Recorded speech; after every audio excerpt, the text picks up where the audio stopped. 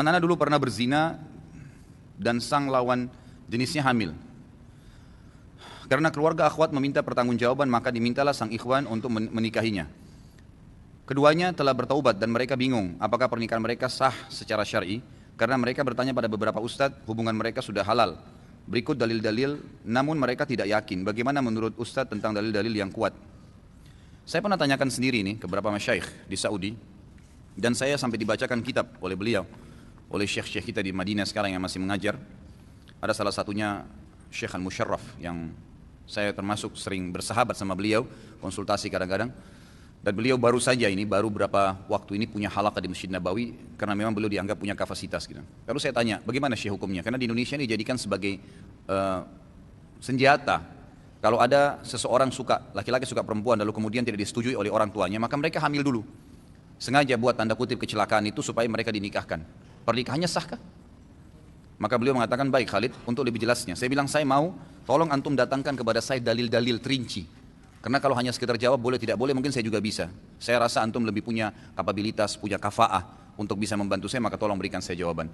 Beberapa hari kemudian dia telepon saya dari Madinah dan dia mengatakan kepada saya, Khalid, ini kitabnya. Saya datangkan dari beberapa kitab. Memang ada pendapat, ya sebagian mazhab mengatakan sah saja pernikahan itu. Sah saja pernikahan itu, dan ini dipegangi oleh beberapa ulama fikih. Kalau tidak salah disebutkan ini adalah madhab ya Imam Malik dan Imam ya Syafi'i yang mengatakan kalau sudah nikah dan itu memang pemilik sperma, sah saja nikahnya. Tetapi tetap disepakati anak dari hasil zina tidak dinisbatkan kepada si pemilik sperma walaupun pernikahannya sah. Tangkap ini ya. Kemudian beliau mengatakan, dan ada pendapat lain, dan saya pribadi saya katakan lebih cenderung dengan pendapat yang kedua, mengatakan pernikahannya tidak sah. Karena Nabi SAW melarang wanita yang hamil dinikahi dalam banyak hadis yang sahih, dan juga ya melarang didirikan hukum had kepada wanita yang sedang hamil. Memang itu ada hukum dalam syariat kita, gitu kan? Maka di sini sebagian ulama yang pendapat kedua mengatakan wanita yang hamil tidak boleh nikah sampai diletakkan. Karena ada hadis yang lain berbunyi apa? Tidak boleh seseorang, hadis Bukhari ya, tidak boleh seseorang di antara kalian menimpahkan benihnya di atas benih saudaranya. Kalau sudah terlanjur perempuan itu punya ya, hamil, maka enggak boleh laki-laki lain datang menikahi kemudian meletakkan benih baru. Tahukah antum apa hikmahnya masa iddah? Masa iddah itu selama 3 bulan, gitu kan? Itu masa pembersihan rahim.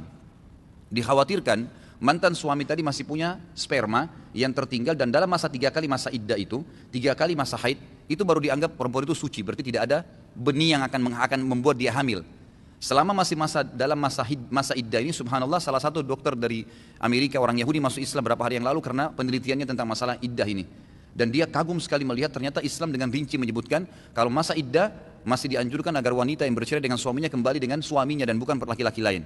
Kalaupun mau nikah dengan laki-laki lain, maka dianjurkan setelah masa iddah agar tidak bercampur sperma itu. Larangan tercampurnya sperma, baik sperma itu masih dalam bentuk sperma kental atau dalam bentuk janin, gitu kan? Maka pendapat kedua mengatakan tidak boleh, karena ini perempuan sudah ada janinnya, ada sperma saudaranya di situ. Makanya dibiarkan dulu tuh lahir, suci setelah masa nifas, baru nikah.